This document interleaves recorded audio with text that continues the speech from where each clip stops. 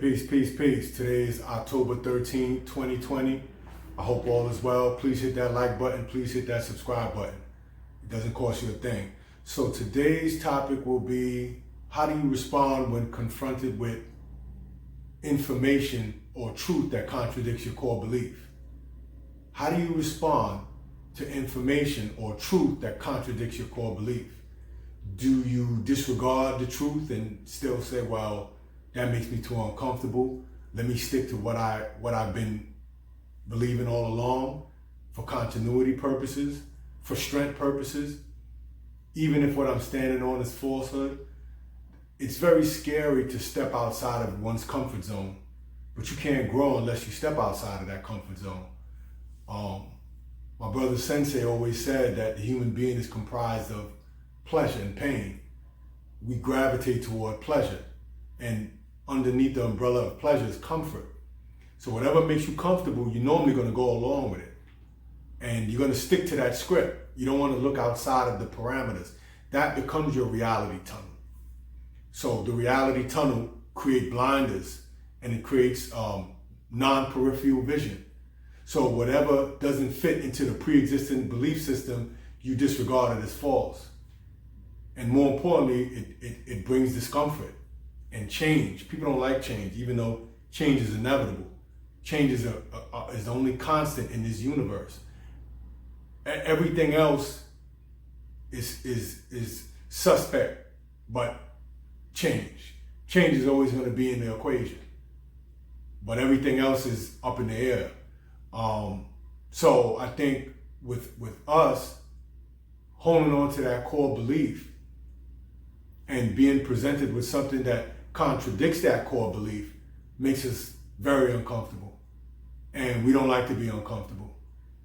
It rattles one's inner world, that what you stood on for so long as a core belief, what you crystallized, what you cemented or made hard in your being. And in your being, it gave you what? Continuity. Why did it give you continuity? Because it allowed you to go through the hurdles and the rough times that life brings. When the hurricanes of life start blowing, it gives you something. It's an anchor. That's what I'm trying to say. It gives you something to anchor into and root to the floor. And if something uproots that anchor and a wind comes by, a strong wind, it might blow you away. The fear of that impact and what might happen is too devastating. So when confronted with a truth that contradicts one's core belief, quote unquote, one's anchor, we disregard it as false. That's too devastating. I have a saying that when you're born, it's like you're at the top of a hill, a snow hill, right? A mountain with snow on it. And as you roll down the hill like Sonic the Hedgehog, you begin to accumulate snow, belief. That begins to become compact around you, and it gets bigger and bigger as you roll down the hill.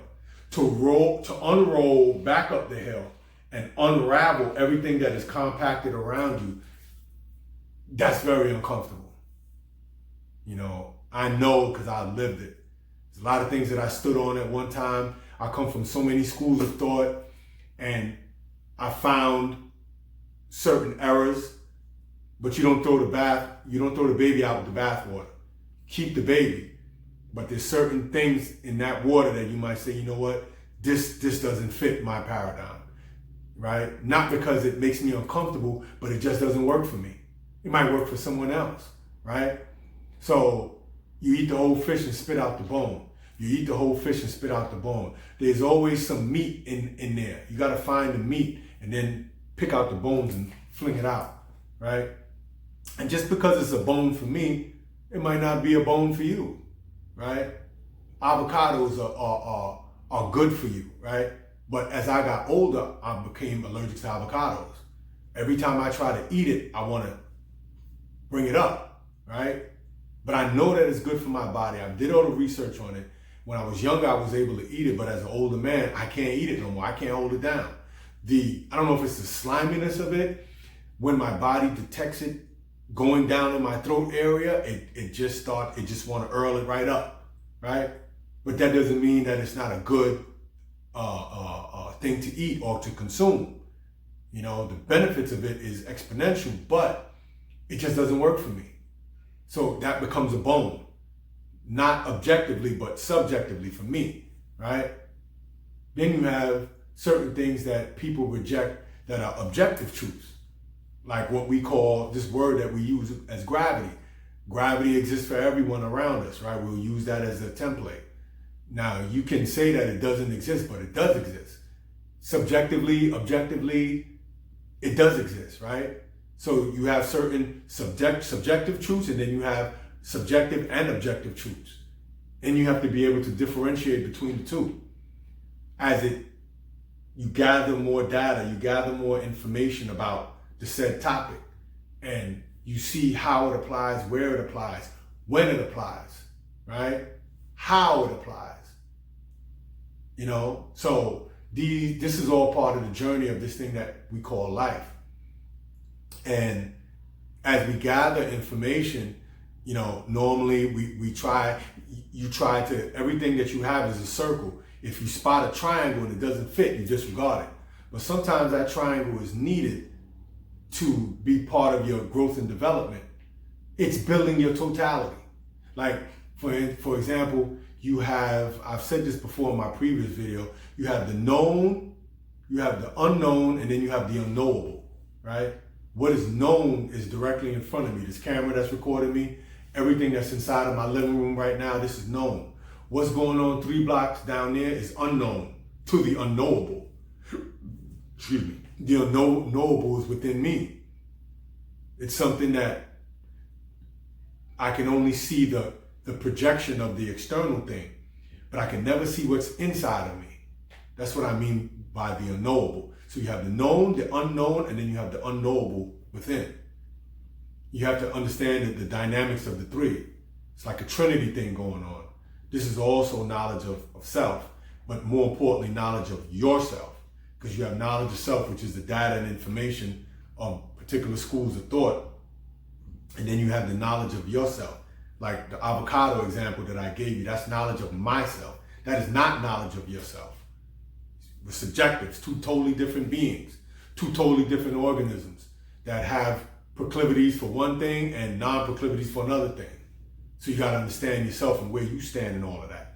So being able to take in data and information that makes you uncomfortable, that's not a circle, that might be a triangle, and you're trying to push it in and it doesn't fit. So you say, but it might be, that triangle might be useful to building your totality. How do you respond? How uncomfortable does it make you, right? It doesn't fit into the paradigm of your peers. It doesn't fit into and remember, we're social creatures. So we normally adjust to the expression of the environment. The expression of the environment normally creates your core belief. Your core belief is your core belief. It has nothing to do with no one else. And people are entitled to disagree with it. You don't have to agree with my core belief. I'm not going to fall apart if you say, yo, E, I think everything that you're saying is a bag of crap. I'm going to say, well, okay, well, let's talk about it. You know, let's build on that. This is how grown people dialogue. And when you start calling each other names and calling each other out the person's name, I think it's a lack of class. I think it's a lack of intelligence. I think that I have to respect your subjective experience and try to get to the bottom of what made you draw that conclusion that made you take on that core belief. That's how I like to do. As I got older, I wasn't always like this, by the way, because I used to be one of those that would call you out your name and call you this and call you that. But as I got older, I realized that that's not the way. So that core belief that I had, I took it and I flung it out. And I said, let me build more in my totality. Let me get more understanding. Let me get more understanding, right? So these things have to be taken into account. And you got to understand that people are locked inside their experience. People are locked inside their experience. And how they're locked inside their experience creates their core belief, right? The ideas of the masses are the ideas of the ruling class. It's always that, because the ruling class disseminates their culture or program throughout the society, and you're born into it. You take on the language, you take on the customs, you take on the regalia, the dress code, everything, right? how to move, what goes, what don't go. And then if you go a few miles, maybe 15, 20, 150 miles over into a different region, we call it state or a different city or county or whatever, they will move different, right? Their COC or code of conduct is slightly different than the code of conduct in your zip code. Zip code is a concept, right? And we use it to understand the demographics of those people in that area. Boom. They behave and act this way. These people over here behave, and their slang and the way they enunciate words is different than the people over here in this region. So then you have to learn to respect that, because that's their reality tunnel based on their subjective experience. That's different from your subjective experience. Which one is the objective experience? That's up for debate, and that can be talked about in dialogue, comparison and contrast, right? This is higher understanding or higher enlightenment, to be able to look at life that way, and to be able to differentiate between the two, between how you experience and someone else experience, why they stand on what they stand on, why they have that as a core belief, how did they get that as a core belief, right? You have the sneaker store thing. When you go into a sneaker store, I think I've said this before in previous videos, you know, when you pick from Nike, Adidas, Puma, and any other footwear in there, let's say it's 6 different footwears, is it your original thought to pick from that, or was the choices already given to you? So you make the choice now, you think you made your own choice. But was that really your own choice, or was those choices already pre-selected for you to pick from? So if I take it to another level, if you're born in the Middle East, you're going to move totally different and have a different core belief than the core belief that you have right now, that you have, that being that you were born in America. Which one is more correct? You'll say the one in America because that's the one, that's all that you know. You don't know anything else. And whatever you read or watch videos of, that's not what you came up around. So who's to say that your code of conduct, COC, is better than the code of conduct over there? And is it really yours, or was it pre-selected for you to have this core belief, like the sneaker in the store? I'm just posing questions out there, right? These are things for you to think about, you know? And so it's no different than, you know, the political atmosphere that we're in right now. People say, you know, 2 things you should never talk about: politics and religion. I think that if we're really friends, we're supposed to be able to talk about politics and religion, and we don't fall apart, even if we disagree. If you're a quote unquote American, right? What's more American than, I support your right to have that view, even if I disagree with it, I still support it, because that's your First Amendment right? Your freedom of speech and freedom to subscribe to whatever it is that you subscribe to, or that you chose, that was pre-selected for you, right? So these are just things to think about. And, you know, the top of the conversation was, how do you respond when a truth is given to you that doesn't match your core belief, the circle? When the triangle is presented to you and you have a bunch of circles inside you, aka a core belief, how do you respond? Can you actually see that there might be an error with some of the circles inside of you and recalibrate that and make the triangle fit and say, well, maybe I can have some circles here, some triangles here? How do you respond to that? So I'll leave you with that. It's just some food for thought. It's always critical thinking. My whole channel is about critical thinking. So I'll leave you with what I always say: let your last endeavor be your best endeavor. I repeat, let your last endeavor be your best endeavor. Yesterday's score don't count in today's game. You could lead a team all the way up to the playoff. If you miss that game-winning foul shot, it's over for you. You understand that? It's over for you. People are only going to remember your last endeavor, not all the stuff you did previously.